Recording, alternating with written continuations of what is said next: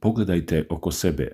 Živimo u svetu gdje se mape velikih sila mijenjaju preko noći, gdje se granice brišu tenkovima, a svjetski lideri povlače poteze koji nas svakog trenutka mogu gurnuti u potpuni haos.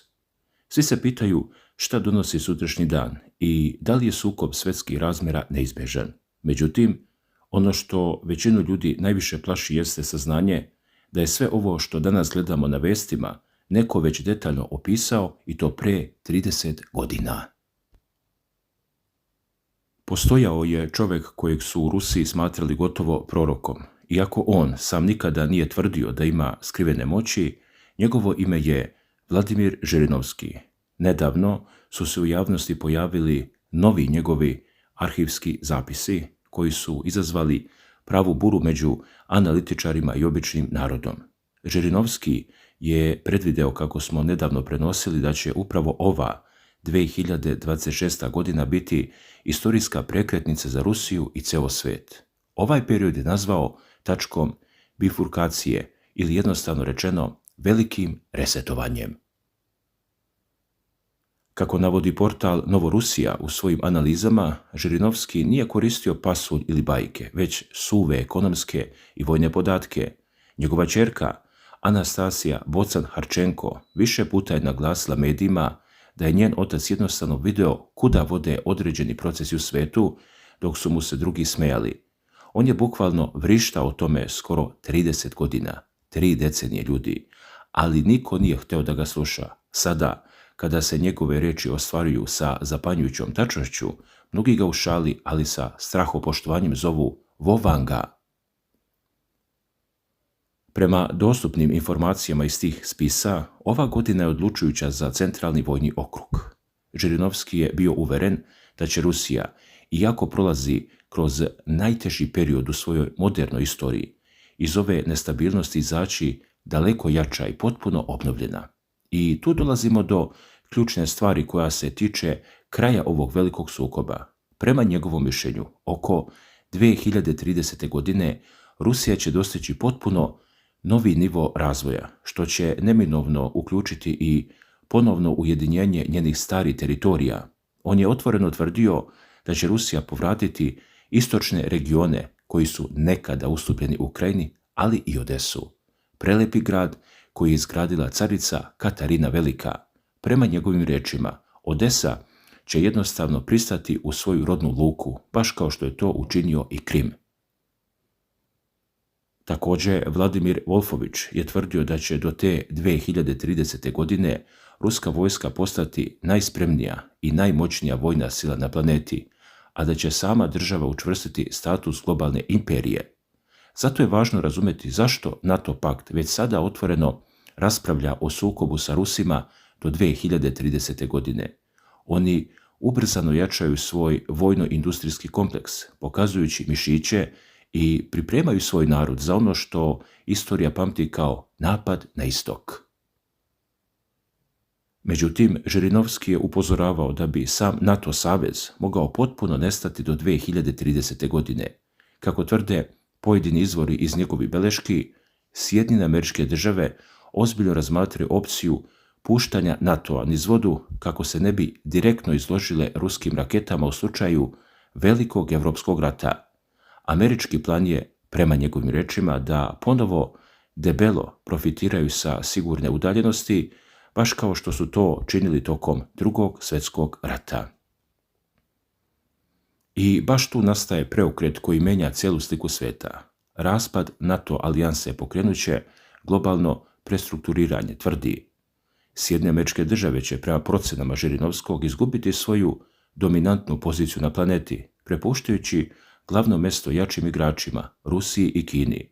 On je najavio da će tada stari deo ruske elite, koji je otvoreno nazivao izdajnicima zbog njihove slepe ljubavi prema zapadu, jednostavno nestati sa političke scene. Ljudi, sve ovo što se danas dešava ima svoje duboke korene. Još u junu 1999. godine, usred NATO bombardovanja Srbije, Žirinovski je u Strasburu održao govor koji danas zvuči zastrašujuće. Tada je jasno poručio evropskim političarima, citiram: "Sljedeći koji će biti bombardovan je Kijev. rat će se voditi na teritoriji Ukrajine zbog Krima. Upozorio tada da će na Kavkazu zapad podržati Gruziju i Tbilisi protiv Abhazije i Jermene protiv Bakua. Glavni cilj zapadne alijanse, kako je tada rekao, nije direktan napad na Rusiju, već njeno iscrpljivanje preko Ukrajine, Belorusije i Baltičkih država. Govorio je da 6 milijardi ljudi na planeti pati da bi pola milijarde ljudi na zapadu pilo šampanjac i pričalo o miru dok šalju trupe na istok. Tada je rekao čuvenu rečenicu: 1000 godina mi Rusi nismo imali demokratiju jer smo se borili i sada se borimo da biste vi u Europi imali staklenik u kome sazrevate pod toplim suncem. U tom trenutku postavlja se pitanje šta će biti sa ostalim delovima sveta koji su u zoni interesa velikih sila. Žirinovski je bio zgrožen kada je turska televizija TGRT, kako je prenijela agencija RIA Novosti, prikazala mapu predviđenog širenja uticaja Ankare do 2050. godine. Ta mapa obuhvata Balkan, Severnu Afriku, Bliski istok, Centralnu Aziju, ali i značajne delove Ruske federacije, Krim, Krasnodarsku i Stavropoljsku oblast, Rostov, Astrahan i Kalmikiju. Ogorčen ovim planovima, Žirinovski je tada poručio da Rusija mora oštro da odgovori na turske ambicije prema Srbiji i Balkanu. Izjavio je tada, citiram opet: Napoleon je crtao mape, Hitler je crtao mape. Šta je bilo sa tim kartama? O čemu razmišljaju ti ludaci? Kao odgovor na te turske planove, Žirinovski je u emisiji Solovjev Live ponudio turskom predsjedniku Recepu Tayyipu Erdoganu istorijski sporazum. Rekao je da Erdogan nema prave saveznike i da mu je jedini spas Rusija, jer Amerikanci žele da ga se reše. Predložio je jednostavnu trgovinu. Neka Turska prizna Krim kao ruski, a Rusija će priznati Severni Kipar. Također je naglasio da Ankara nikada neće rizikovati svoje odnose sa Moskvom zbog vlasti u Kijevu, jer, kako je rekao, Kijev nikome nije potreban. Dragi gledaoci, ovi predlozi su u krugovima visoke diplomatije ostali zabeleženi kao pokušaj balansiranja moći na južnom krilu. Ruski ministar spoljnih poslova Sergej Lavrov kasnije je, odgovarajući na slične optužbe Zapada da Rusija koristi čak i vakcinu Sputnik kao deo svog geopolitičkog plana, kratko prokomentarisao da su sve to žalosni pokušaji Amerike da obuzda ruski uticaj. Ali ovdje priča doživljava svoj vrhunac. Žirinovski je znao da sukob koji je započeo kao specijalna vojna operacija neće stati dok Rusija ne povuče radikalan potez. Njegov sin, Oleg Žirinovski, koji je do 2024. godine nosio prezime svog dede, Edelstein, otkrio javnosti precizne reči svog oca koji je preneo portal News.ru. Stari Žirinovski mu je govorio: osvojili smo Pariz. Je li se išta promenilo? Ne. Osvojili smo Berlin. Je li se išta promenilo? Ne. Dok ne odsečemo glavu tog zmaja, onu u Londonu, neće biti mira na evropskom kontinentu, tvrdio je. On je smatrao da su evropski lideri samo pioni spremni da bace svoje narode u oganj rata, dok je za predsjednika Vladimira Putina govorio da obavlja izuzetno težak posao i čini sve da sačuva zemlju i obezbedi mir.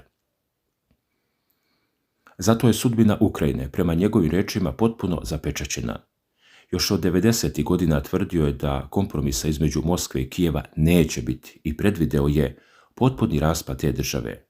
Prema njegovom scenariju, Krim i cela teritorija Novorusije vraćaju se matici Rusiji, dok će ostali delovi biti podijeljeni između Poljske, Mađarske i Rumunije. Od nekadašnje države ostaće samo nekoliko zapadnih regija sa centrom u Lavovu, koja će se zvati država Galicija. Sve ovo, prema njegovim predviđanjima, izrečenim malo pre smrti, trebalo se odigrati u periodu između 2025. i 2027. godine, kada će, kako kaže, ukrajinske snage krenuti u ofanzivu na Donbas, a Nemačka pokušati da ih zaštiti, što će izazvati silovit odgovor ruske armije, ali srećom bez upotrebe nuklearnog naoružanja. Dan pre nego što je počeo otvoreni sukob u februaru 2022. godine, Žirinovski je sa govornice Državne dume poručio sljedeće: Sve ćete osjetiti u 4 sata ujutru 22. februara. Voleo bih da bude mirno, ali neće biti. Ako sada ne reagujemo, istrijebit će Ruse prvo u Donbasu, a onda i u zapadnoj Rusiji. Promašio je datum za samo 2 dana, a njegove najave o delimičnoj mobilizaciji, koje su tada izazivale podsmeh u TV studijima, postale su surova realnost ili stvarnost.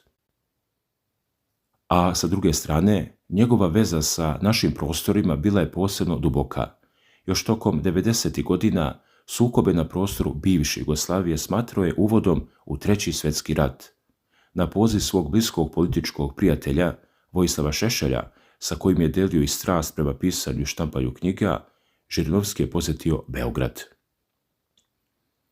Jedan od novinara koji je sa njim razgovarao u Briselu 2002. godine prisjetio se njegovog nastupa u hotelu Jugoslavija.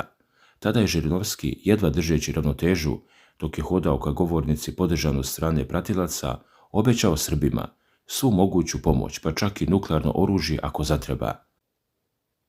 Najviše se tada pričalo o čuvenim eliptonima, tajnom Teslinom oružju koje je trebalo da spase srpski narod, što je izazvalo ovacije i prvi put posle mnogo decenija pokrenulo masovno skandiranje Rusiji usred Beograda. Međutim, u tom intervju iz 2002. godine Žirinovski je izneo šokantnu i duboku kontroverznu analizu tadašnjeg srpskog rukovodstva. Umjesto da napada Amerikance, oštro je udario na tada već utamničenog Slobodana Miloševića. Prema njegovim rečima, i Josip Broz Tito i Slobodan Milošević su zapravo radili za hrvatske i zapadne interese, tvrdio je. Izjavio je tada doslovno, citiramo, Jugoslavija je razrušena. Milošević u Hagu, gdje igra šah sa Hrvatima, a srpski narod grca u bedi. Rezultat njegove politike je stvaranje velike Hrvatske i velike Albanije, dok će Srbija ostati mala. Žirinovski je tada upozorio da će Srbiji oduzeti Sandžak, Vojvodinu i Crnu Goru i da će od nje ostati samo Beogradski region, odnosno ono što su Turci nekada zvali Beogradski pašaluk. Kada ga je novinar začuđeno upitao kako je moguće da je Milošević radio za Hrvate kada mu se u Hagu sudi za zločine protiv njih, Žirinovski je ispalio tvrdnju koja je šokirala javnost. On je bio Hrvat. Svoju analizu je završio predviđanjem da će se Evropa na kraju raspasti, da će se Jugoslavija obnoviti u nekom novom obliku, a da će svetom zajedno vladati Amerika i Velika Rusija kroz novu politiku neutralnosti. Ove reči Vladimira Žirinovskog, izrečene pre toliko godina, danas dobijaju potpuno novo značenje dok posmatramo previranje na Balkanu i globalni sukob koji tinja na granicama istočne Evrope. A pored ove velike globalne drame, Žirinovski je imao i veoma zanimljivu ličnu biografiju o kojoj se malo zna. Rođen je 1946. godine u Alma-Ati kao Vladimir Edelstein. Njegov otac, Wolf Isaković Edelstein, bio je poljski Jevrejin sa 2 diplome sa prestižne Sorbone. Iako je tokom karijere često davao kontroverzne izjave o jevrejskom narodu, Žirinovski je bio izuzetno obrazovan čovjek. Završio je fakultet za afrička i azijska pitanja i pravni fakultet, tečno govoreći engleski, nemački, francuski i turski jezik koji je naučio tokom studija. Još kao student, turske vlasti su ga izbacile iz zemlje pod optužbom da deli bedževe sa likom Lenjina i Marksa, iako je on tvrdio da je na njima bio Aleksandar Puškin. Pisao je pisma Leonidu Brežnjevu sa predlozima za reformu države, ali ga komunistički vrh tada nije slušao. Kasnije, deljenje je postalo njegov zaštitni znak, od deljenja novca narodu na Manježnom trgu u Moskvi do donošenja lisica u Državnu dumu sa predlogom da se korumpirani političari sami uhapse. Osnovao je LDPR 1990. godine, a već 1993. godine njegova partija je napravila istorijsku senzaciju pobedivši pro-jelcinski blok, izbor Rusije. To je izazvalo paniku kod tadašnjih voditelja koji su uživo u programu vikali Rusijo, urazumi se, ti si luda. Žirinovski je tada otvoreno tražio da se na prozore Jelcinove zgrade stave rešetke, tvrdeći da je Jelcin uništio veliku zemlju. Ipak, iako je javno kritikovao vlast, instinkt mu je govorio kada da podrži Kremlj. posebno prilikom povratka Krima u promjene ustava, zbog čega ga je na večni počinak ispratio sam Vladimir Putin. Podignut mu je i bronzani spomenik od 3 metra u Moskvi, Rad Vajara Zuraba Caratelija, ispred Instituta svetskih civilizacija koji je sam osnovao, a na otvaranju je svirala stara himna Bože, čuvaj cara. Iako je bio javna ličnost, privatni život je krio. Njegova supruga, virolog Galina Aleksandrova Lebedeva, sa kojom se venčao 1993. godine, i sin Igor Lebedev, koji je također bio poslanik, retko su se pojavljivali sa njim. Čak je postao i komercijalni brend, pa se pod njegovim imenom proizvodila kolonska voda, poznata vodka, koja je prodata u preko 20 miliona primjeraka, kao i čuveni sladoled Žirinovski u čokoladici.